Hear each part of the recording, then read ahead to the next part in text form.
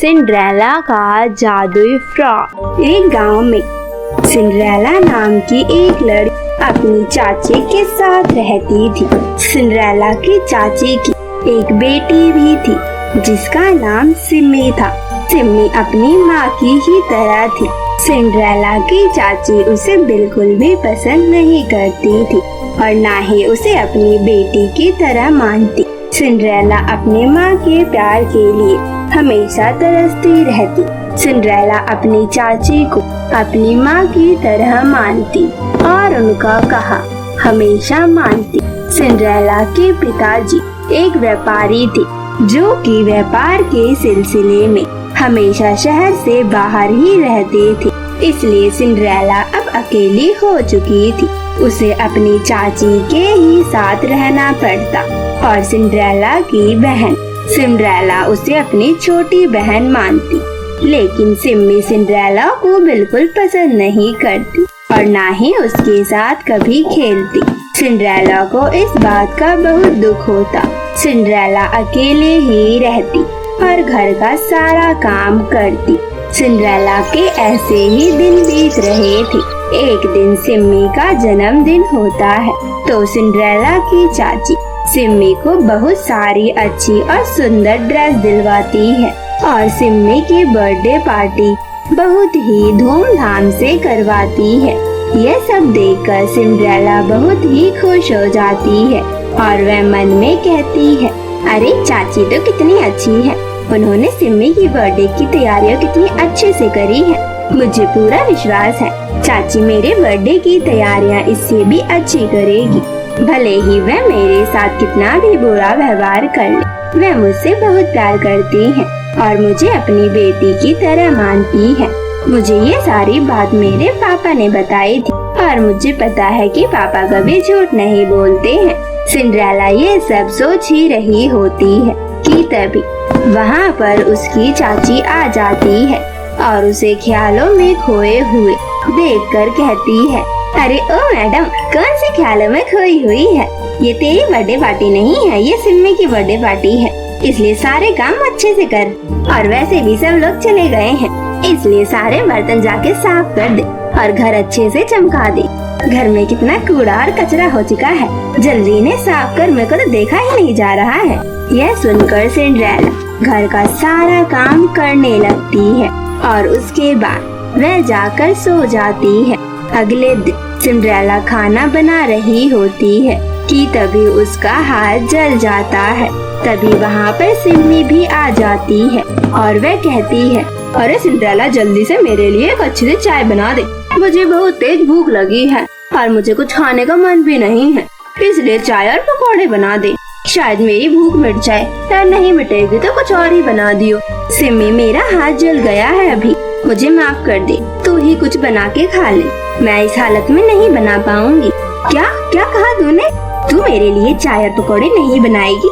अच्छा, मैं अभी माँ को बुलाती हूँ। तू ऐसे सुधरने वाली नहीं है, तू तो लातों की भूता हाथों से थोड़ी ना मानेगी। अभी तेरी माँ से शिकायत लगवाती हूँ, फिर तेरे गाल अच्छे से माँ गरम करेगी।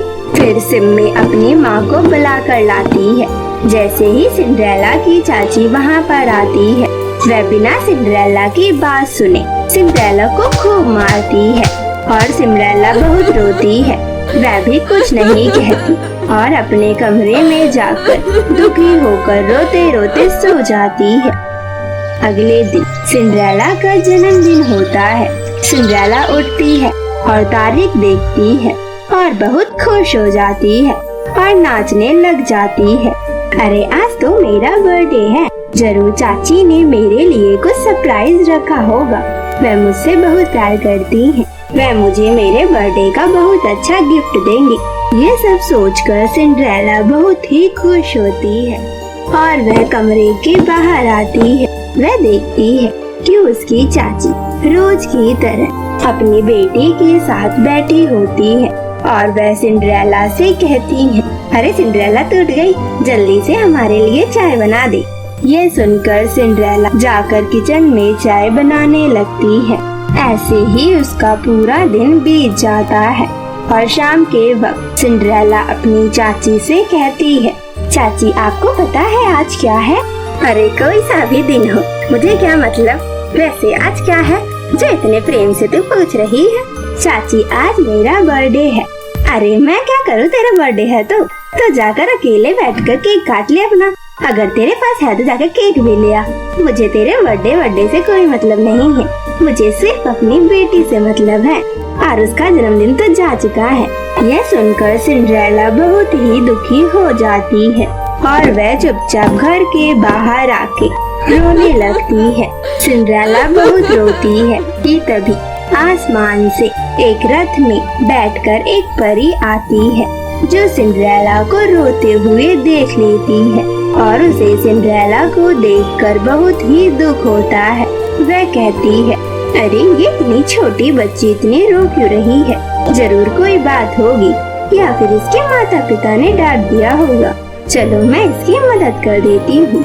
वह परी सिंड्रेला के पास जाती है। सिंड्रेला परी को देखकर हैरान हो जाती है और कहती है, अरे आप तो परी की तरह लग रही हो। मेरी माँ ने मुझे परियों की बहुत सारी कहानियाँ सुनाई हैं। मुझे पता है परियों के पास बहुत सारी जादुई शक्तियाँ होती हैं और वह हमेशा सच्चाई के लिए लड़ती हैं। यह सुनकर वह परी हंसने लग जाती है और कहती है, अरे बेटा पहले तुम ये बताओ कि तुम रो क्यों रही हो? यह सुनकर सिंड्रेला उदास हो जाती है और सारी कहानी उस परी को सुना देती है। परी यह सुनकर दुखी हो जाती है और कहती है, सिंड्रेला तुम उसकी चिंता मत करो, तुम्हारा जन्मदिन कोई आम जन्मदिन नहीं होगा। हम तुम्हारा जन्मदिन परीलोक में मनाएंगे जहाँ पर तुम्हारे साथ बहुत सारी परियां होंगी और तुम्हारा बर्थडे केक बहुत सुंदर होगा। चलो मेरे साथ। सिंड्रेला उस परी के साथ उसके रथ में बैठ जाती है और फिर वह परी लोक में जाती है। परियां उसका बहुत अच्छे से स्वागत करती है और सिंड्रेला का जन्मदिन बहुत ही धूमधाम से मनाती है।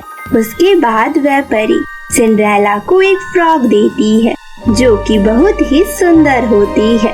यह देखकर सिंड्रेला बहुत ही खुश हो जाती है और कहती है, अरे परी जी ये फ्रॉक तो बहुत ही सुंदर है। मैं तो ऐसी फ्रॉक बहुत दिनों बाद पहन रही हूँ। हाँ सिंड्रेला ये फ्रॉक बहुत सुंदर है और साथ ही में इसे पहनकर तुम कुछ भी मांग सकती हो। बस तुम्हें एक बार घूमना है और अपनी इच्छा को मांगना है, फिर तुम्हारे पास सब कुछ आ जाएगा जो तुमने मांगा होगा। उसके बाद सिंड्रेला खुशी खुशी परी लोक में अपना बर्थडे मनाकर धरती लोक पर आ जाती है। उसकी चाची को कोई फर्क नहीं पड़ता कि सिंड्रेला कहाँ गई थी और क्यों गई थी और सिंड्रेला भी घर में आकर घर का सारा काम करती है। तभी सिमी उसे एक खूब तेज का डंडा मारती है। तब सिंड्रेला कहती है, सिमी तुमने मुझे इतना तेज डंडा क्यों मारा? मेरी क्या गलती थी? अच्छा तू मुझसे जवान लड़ाएगी, मैं तुझे नहीं छोड़ूंगी। रुक मैं भी माँ को बुलाती हूँ। तभी वहाँ पर उसकी चाची भी आ जाती है और कहती है, क्या तू मेरी बेटी से फिर से जवान लड़ा रही है? क्या तुझे पिछली गलती का याद नहीं है क्या? उसकी चाची भी उसे खूब मारने लगती है। तभी सिंड्रेला एक बार घूमती है और कहती है, हे जादुई फ्रॉक मैं चाहती हूँ कि इनकी आप खूब पिटाई करो ताकि इनकी अकल ठिकाने आ जाए। ये लोग मुझसे बिल्कुल भी प्यार नहीं करते हैं, हमेशा मुझसे नफरत ही करते रहते हैं। मैं इनसे तंग आ चुकी हूँ। उसके बाद उस जादुई फ्रॉक से जादू होता है और उन दोनों की खूब पिटाई लगती है।